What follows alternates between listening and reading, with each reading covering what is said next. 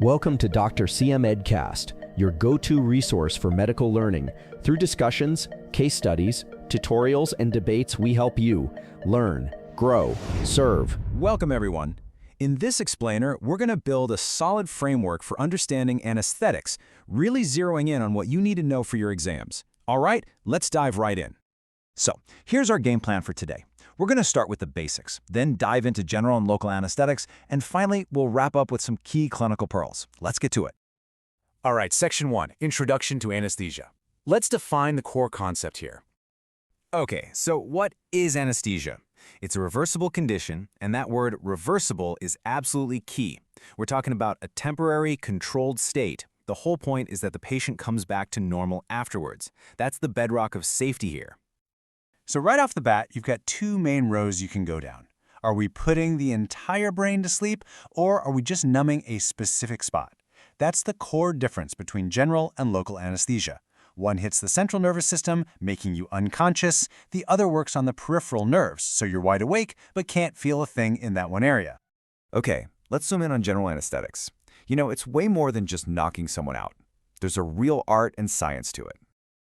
Think about it. For a perfect surgery, you need a bunch of things to happen at once. You need pain relief, unconsciousness, muscle relaxation, no reflexes, and amnesia. The problem is, there's no single magic bullet drug that does all this without being super toxic. So what do? We create a cocktail, a balanced anesthesia, using different drugs for different jobs. It's a much safer and more effective approach. Now, this is a bit of a classic concept you'll definitely see on exams, the 4 stages of anesthesia. These were figured out back in the day with old-school agents, like ether, which were really slow. The key thing to get is that with today's drugs, we basically skip right over stage 2, the excitement stage. And that's a very good thing, because that stage is pretty dangerous. You're talking risks of laryngospasm and aspiration.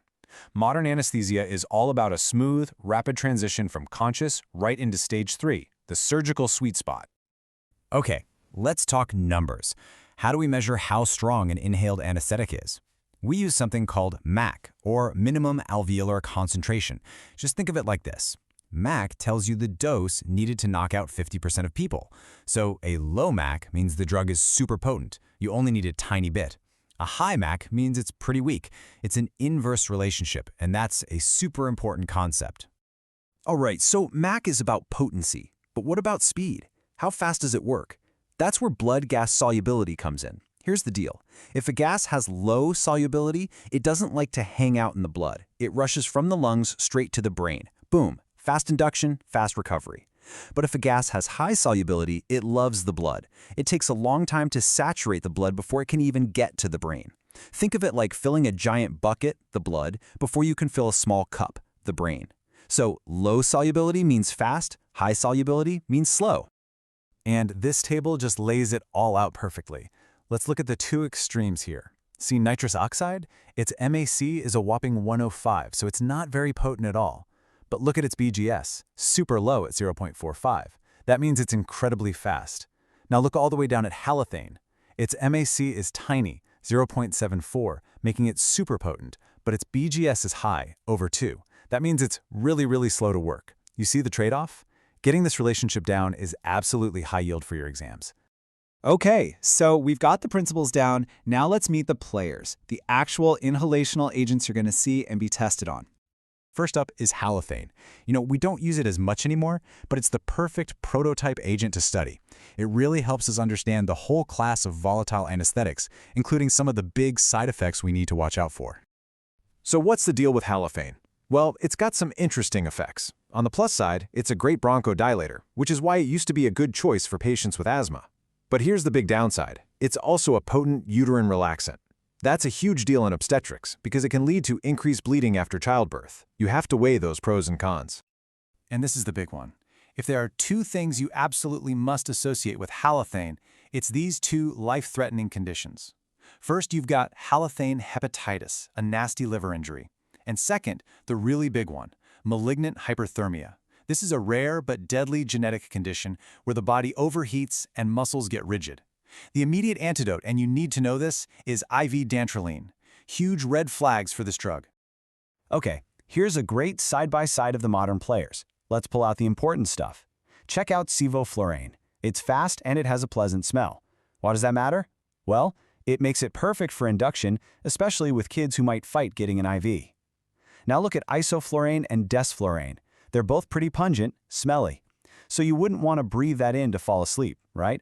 That's why they're great for maintaining anesthesia once the patient is already out. All right, we've covered the gases. Now let's talk about the stuff that goes in through the IV line, the parenteral agents. These are your go-to drugs for getting things started quickly. So let's compare two big ones. First, you have thiopental, the old-school barbiturate. It's super fast-acting, and it's useful in neurosurgery because it decreases blood flow to the brain. But it has a big risk of laryngospism. That's why the new king is propofol. Why is it so popular? Because not only is it fast, but the recovery is amazing. Patients wake up quickly, they feel good, and it even helps with nausea. It's a real game changer, especially for any kind of day surgery. And then there's ketamine. This drug is totally in its own league. It works differently, blocking NMDA receptors, and it produces something called dissociative anesthesia. It's a weird state. The patient is pain-free and has amnesia, but they're not completely out like with other agents. The really cool thing about ketamine is that it's a bronchodilator, and it keeps blood pressure up. So, who would you use it for? It's perfect for asthmatics or patients who are in shock. Okay, let's switch gears completely. We've been talking about the brain. Now let's talk about the nerves out in the body. With local anesthetics, we're not trying to make the brain ignore a pain signal. We're stopping that pain signal from ever getting started in the first place. So how do they do it? It's actually pretty slick. These drugs get inside the nerve cell and literally plug up the sodium channels. Remember your physiology? No sodium getting in means no action potential can fire. It's that simple. If the nerve can't fire, the pain signal is dead in its tracks. Okay, this is one of those classic compare and contrast things you'll see on an exam. Esters versus amides. It all comes down to how they're broken down. Esters are metabolized in the blood, and they can cause more allergic reactions. Amides are metabolized in the liver, so you have to be careful in patients with liver problems. And here's a little trick to remember it for your test. If the name has two I's in it, like lidocaine, it's an amide. Simple as that. All right, let's bring it all home. We'll finish up by talking about the meds we give before anesthesia even starts. This is all about setting the patient up for success. So, why do we give all these pre-meds? It's not just about calming the patient down, although that's part of it. It's a strategic plan. We use drugs like benzodiazepines to reduce anxiety. We use others to dry up secretions and prevent aspiration. We give medications to stop nausea before it even starts. Each drug has a specific job, all aimed at making the whole process safer and the recovery smoother for the patient. And that really brings us to the heart of anesthesiology, doesn't it? It's not a one-size-fits-all approach. It's about looking at the patient, looking at the surgery, and then using everything we've talked about today, the potency, the speed, the side effects of each drug, to mix the perfect cocktail. It's a fascinating blend of pharmacology and clinical judgment to keep every single patient safe.